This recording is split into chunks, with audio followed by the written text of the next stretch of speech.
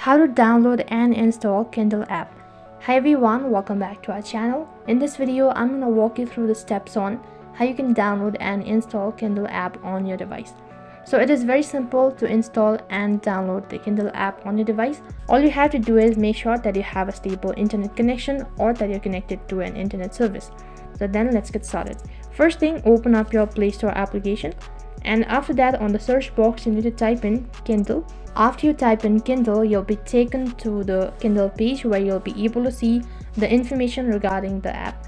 In order to install it, you need to click on the install button in the top right corner, and then you need to wait until it is installing.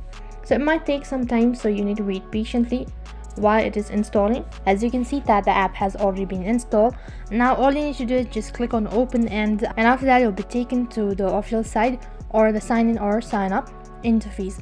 If you already have an Amazon account, then you can link your Amazon account with your Kindle account, or you can simply sync your account. So in this way you can create your account, and that is how you can install Kindle application on your device.